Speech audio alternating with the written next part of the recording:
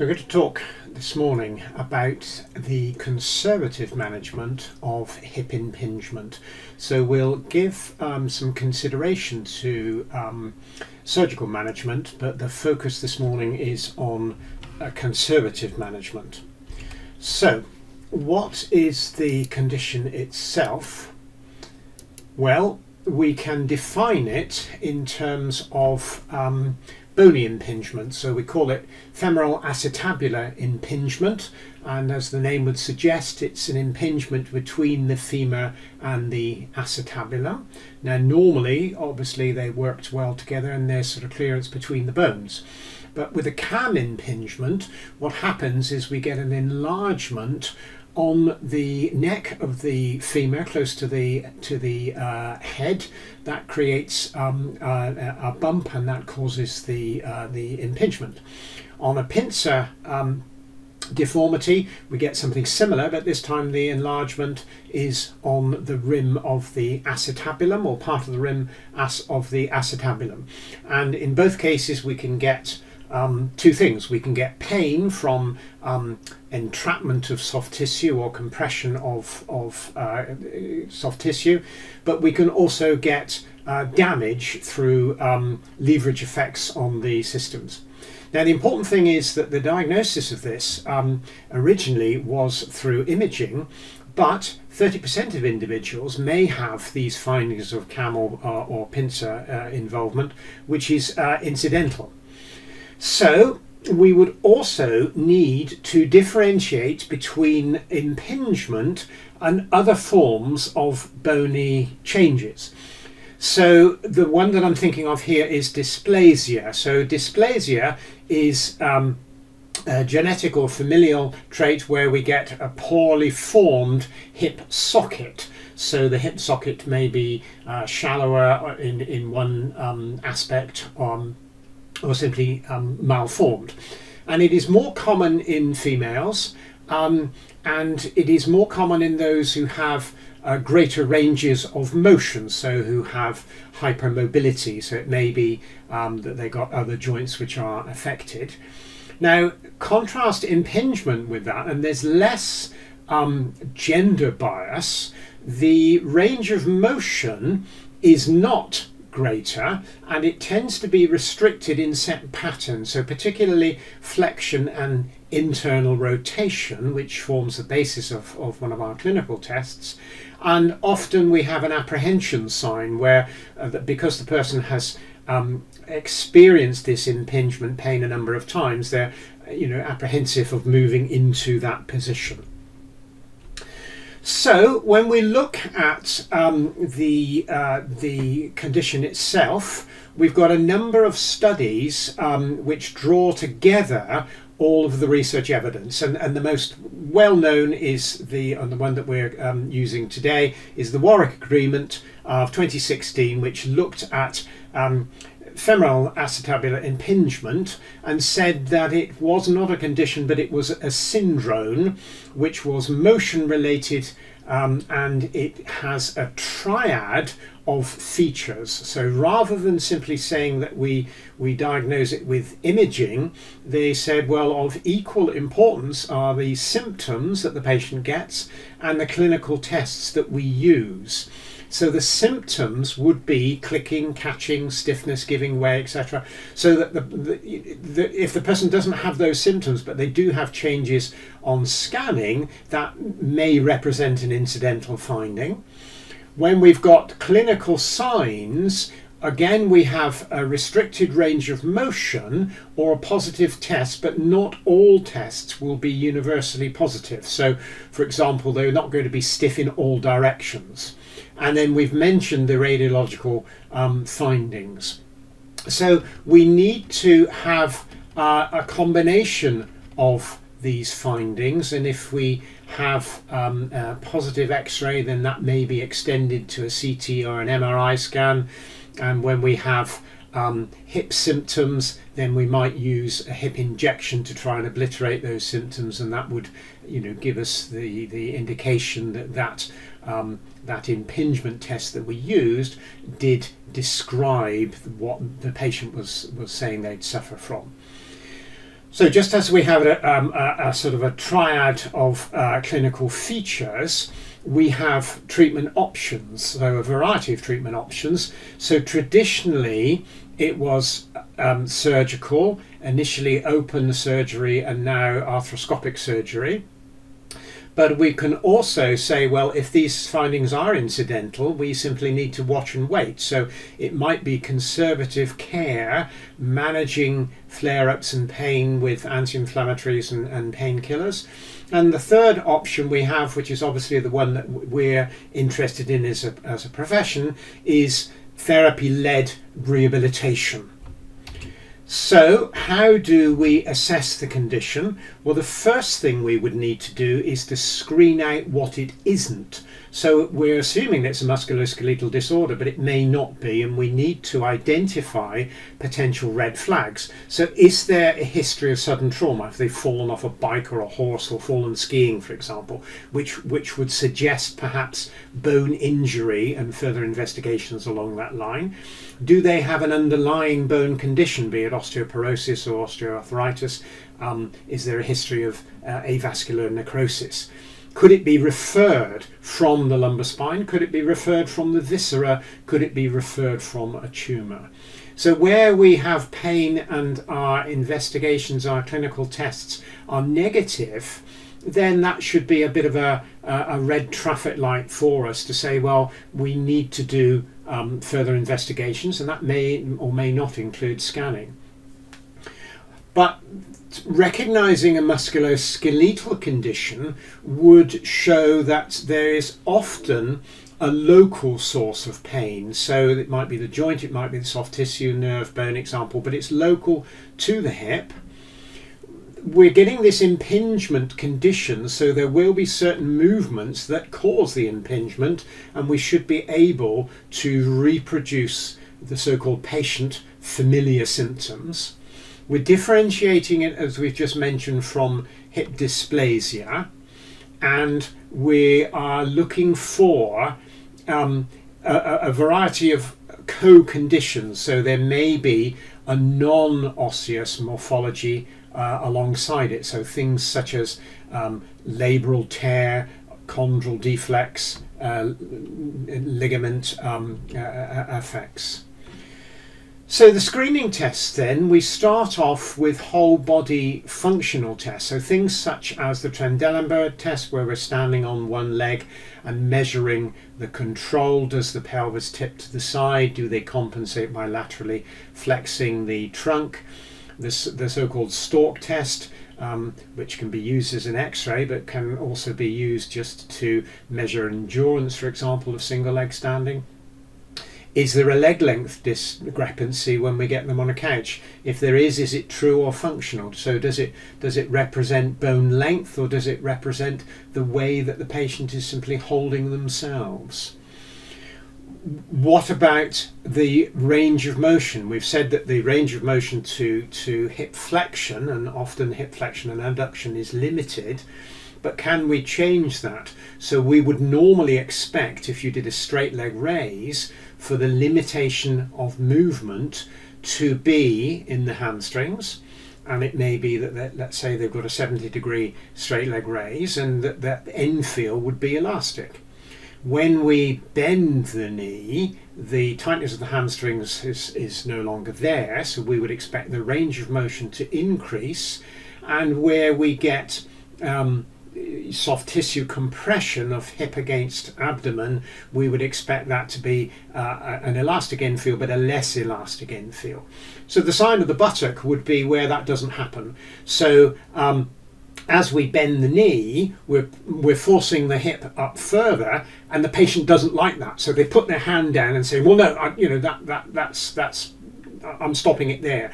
And that would be a so-called empty end feel, where we say, well, we weren't able to complete that essentially because of either pain or fear, or the memory of the pain. And that would be the sign of the buttock, and again it would indicate that there is potentially a serious pathology within the hip that requires further investigation by ourselves or onward referral.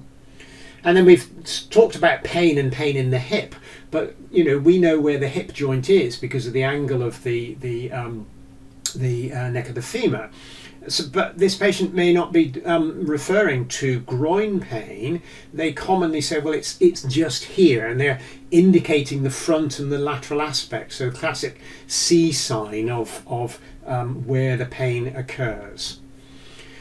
So when we're looking at these clinical signs, then we've got a variety of different passive movements that we can do, and I've pinched these photographs from the BJSM blog on this condition because they're quite clear. So we've got the flexion, abduction, external rotation test. So stabilizing the pelvis, and we're moving into that position.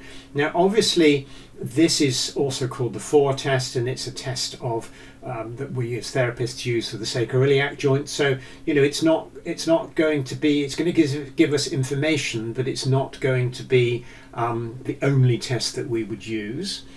And then we have flexion, adduction, internal rotation, or the FADIA test, which again would be limited. And we would be looking at that range of motion, but as therapists we would go further and we'd be looking at that end feel. So we're looking at an elastic end feel there, and where we get something different, so an empty end feel, or we get pain referral, for example, we would need to do further tests. And obviously that will be limited in terms of its range of motion with hip arthritis. Whereas with impingement it may be limited with pain rather than range of motion.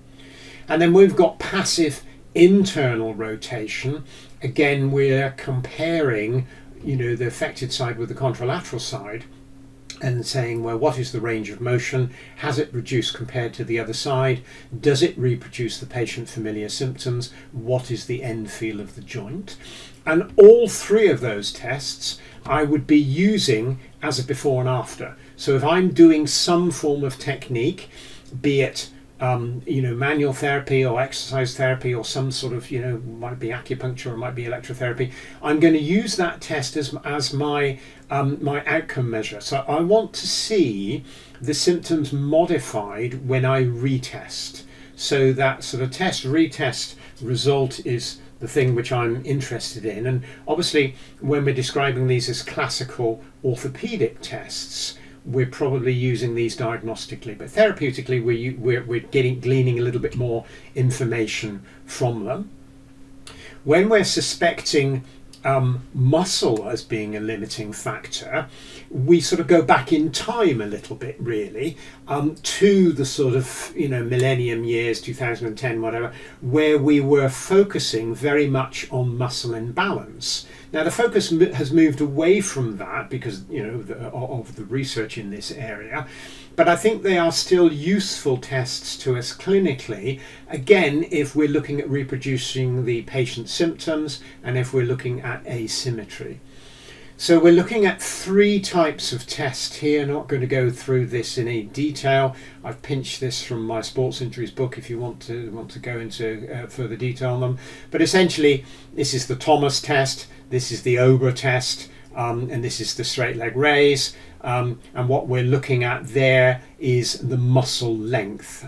And we're looking for symmetry as opposed to comparing to normal values, because the normal values are not well described. In this column we're looking at inner range holding. So when we get to a full passive range, i.e. as therapists we're moving into that range, can the patient control the joint at that end range? So if I'm lifting up into this clamshell position, can they hold it in that position, or do they fall down halfway on that leg, whereas on the other leg they can control it? And what we're looking at here is segmental control. So can they move one part of the body, relevant to the hip impingement obviously, while controlling something else? So this is an offshoot of the Trendelenburg test, as this is our hip hinge, which is obviously a precursor to a lifting type action. So we might get information from those which gives us part of a picture. So it's a piece of the jigsaw that we're building up the information for our assessment. But also they can be a before and after, and they can be a starting point for a rehabilitation program, because it gives us an indication as to what we're going to work at. So we've looked at the joint a little bit, and we've looked at the muscle, and all of those have been, broadly speaking, in isolation. What we also need to do is to see if we can reproduce the patient's symptoms that they have described. So when does your hip hurt? Well, when I go on a hill walk, there's one area where I have to walk down 20 steps, and I always dread that, because when I get halfway, my hip starts to play up. Okay, so stair climbing, step up bench, is going to be a functional measure which is going to be important. When does your hip hurt? Well, if I sit for a long time, I'm fine for 2 or 3 minutes, but after that it really starts hurting. I have to get up and I have to move around. Okay, so sitting times, stand to sit, squats, these may be part of your functional measure. When do you get your hip pain? Well, I'm a shop worker and I'm standing there, and okay, sometimes I slouch a bit, and if I start to slouch, about 3 o'clock in the afternoon, my hip really hurts. Okay, so standing time is going to be important. The twisting on your affected leg, the posture moving into a sway back might be important. So these are functional tests which we are not going to do as a sheet of exercise. So it's not a sort of a functional testing score as such. What we're going to do is to take these and format them depending on what the patient has described in the subjective examination. So it's just not a functional movement screen as such. Also consider micro instability. So micro instability, as the name would suggest, would be a little bit of instability where you can't really detect it easily. So we're looking at persistent, definition here, persistent, i.e. he's not just there once, excessive hip motion, but insufficient to be classified as a dislocation or a subluxation, that has become symptomatic. So, the fact that somebody's got micro instability and it's not symptomatic is neither here nor there. That's just, they can blame their parents. It's the way they were built. But if it reproduces their symptoms, it is relevant to us, because it might be something that we can modify. So typically this would be the younger individuals, more common in females, more common with those who are more elasticy, so gymnast, dancer, etc. Management most effectively is therapist-led muscle strengthening. So that's why it's important for us to detect it, because we might be able to do something about it. But also, if it has been persistent, there are surgical options. So, changing bones, osteotomy, where we've got dysplasia that we've just described, thermal shrinkage, labral repairs, etc. So it may be that if we've tried the conservative care and it's not worked, we're then going to refer. But also bear in mind that there's a flip side to that, and that some of the surgical approaches, such as bumpectomy, where you've got a cam deformity, so where you're shaving a bit of the bone off, if the person has got used to their deformity because they've had it a number of years, micro instability may be the result after surgery. So that would, there's a tendency to say, well, you've had the surgery, the pain is now no longer there, fantastic, I can do my hill walk, it's great. But we would still need to follow that up with some form of rehabilitation if we're going to prevent micro instability problems. Okay, so how do we manage this? Well, we can take the information from, rather than reading all the research, these guys have done it for us. So we've got the Warwick Agreement 2016, we've got the ESCA consensus, and in terms of exercise, we've got the fashion study. And these are the ones that I am using for this sort of evidence, and there will be others, but these have gone through randomized controlled trials using a meta-analysis of those, using expert evaluation, getting patient opinion, and this is what they've come up with.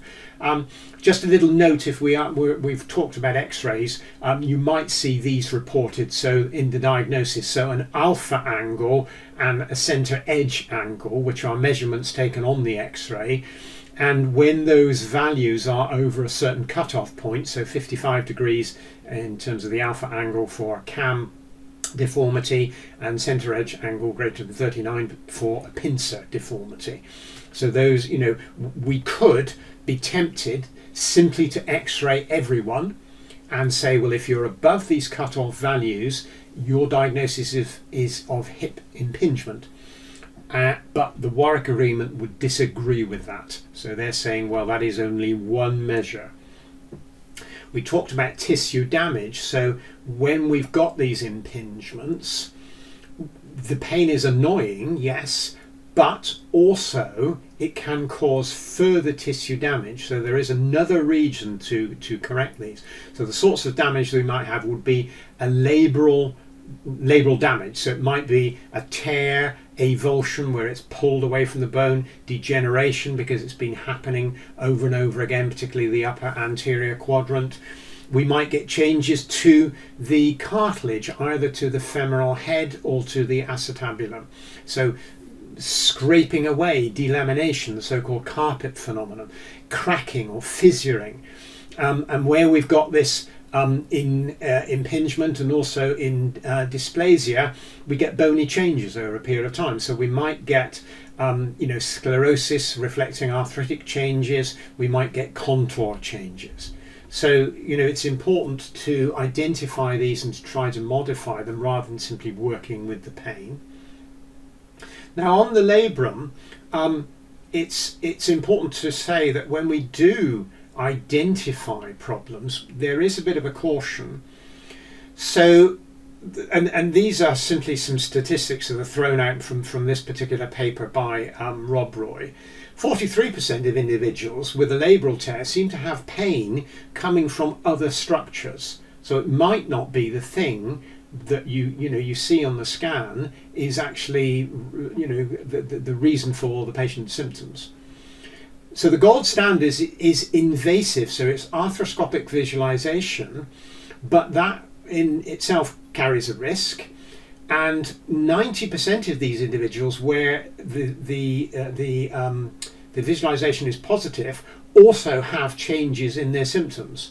So the argument would be, well, if we can rely on the symptoms as well as the scan, we may not need to do this, certainly not as a primary aim, so it may be a secondary aim.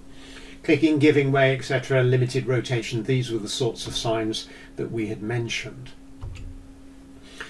When we look at movement dysfunction then, there is a traditional approach that we were using around about in the 2000s, and this is used less nowadays, but I think it is still something which can be useful in certain times.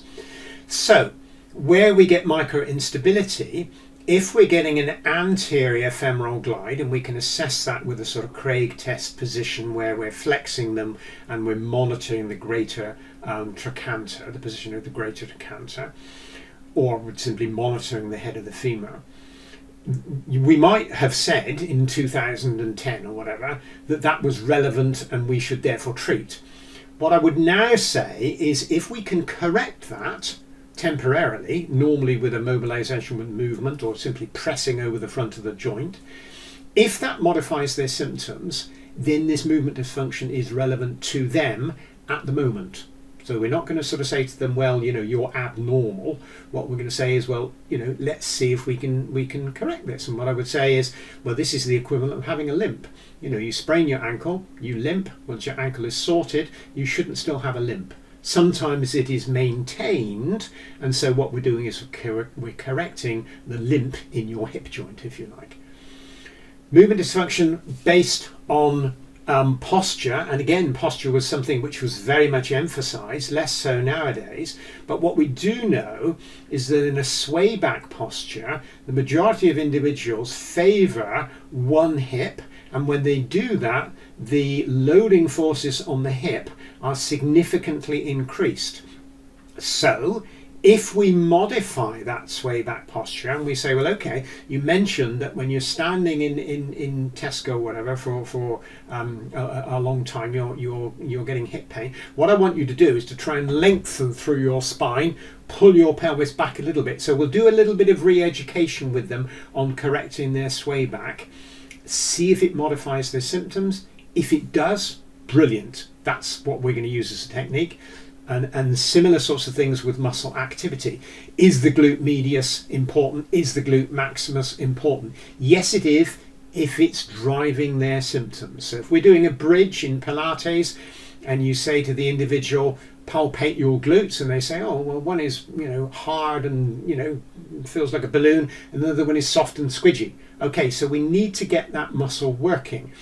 And I don't, we don't want to get into what's right and what's wrong, what's normal, what's abnormal. Muscles are designed to work, and if it's not working, let's try getting it working. Let's give it 3 or 4 sessions. If we can get it working voluntarily, then fine. It's going to work if we push it hard enough. The question is it being recruited in the exercise that they're doing? So we've got a variety of these muscle or movement isolation exercises, and these are all pretty familiar. And again, this is pinched from my sports injuries book, and most of these are familiar. So a lot of these now have been taken away from the physio one-on-one treatment room and put into the Pilates studio. So the quadruped, rock back, the clamshell, the hip scissor, etc., etc. These can all be used as the first rung in a rehabilitation ladder, if you like. So these would be the muscle isolation before we go on to our greater movements. What about manual therapy? Well, I think it can be important where it's modifying symptoms. There is an argument that the patient will become dependent. We can make them less dependent by building it into exercise, and so things such as mobilization with movements can be useful. Surgical interventions, we've got a variety of different things which can happen. The important thing to remember here is that in 15% of individuals, when these surgical techniques are used, they don't improve. So this is not going to be the first thing that we do. So I would always argue strongly for conservative care initially. Where that fails, we may go into surgical care with a rider that we know that we don't want that person simply putting up with pain, because we've seen that later on in life we can get regenerative changes. Okay, so this is the fashion study then, or it's actually a number of studies, but the first one described the exercise programs and compared exercise to surgery, and the second one looked at cost effectiveness. And it's interesting when you look at both of these. So we've got 23 hospitals involved, 350 patients, and what it found was that hip arthroscopy gave a greater improvement in quality of life over personalised hip therapy, and there was a clinically significant effect at 12 months. But when we look at cost effectiveness, actually the personalised hip therapy was more cost effective than the surgery. So the surgery with the usual post-op physiotherapy was not cost effective compared to personalised hip therapy. So both arguments are valid, aren't they? Both techniques work, so we would be considering both of them. So what is personalised hip therapy? Well, basically it's one-on-one exercise. So the exercise is individualised, so it's for that patient. So we're not simply going to say, this is a sheet of exercises we use for hip impingement, off you go. It's going to start. We're going to start with those exercises. We're going to progress them, and we're going to coach them. So we're going to use cueing, etc., rather than simply demonstrating the exercise. So you can't do this on YouTube. It has to be one-on-one. It's built towards the functional requirements of that patient. So what we use for a desk worker will be different than somebody working on a building site. It's a phased program beginning with the one-on-one isolation, so the muscle control, stretching, then strengthening in isolation, then increasing range of motion, moving on to strength and conditioning. Once we've done that, we've then got our strength exercise within pain-free range. We're using manual therapy to try to extend that pain-free range, and the stretching, if we do it, is targeted to the result of their evaluation. So these are the sorts of things that we would do, and nowadays we'd recognise these. So these non-weight bearing exercises, these are now all Pilates mat exercises. Partial weight bearing, these are the original sort of sink exercises that physios used after a hip replacement. And then we've got, broadly speaking, gym-based strength and conditioning exercises. And in the fashion study we've got some little pictures there. Okay, so that's a rapid run through conservative management of hip impingement. Thanks very much for watching.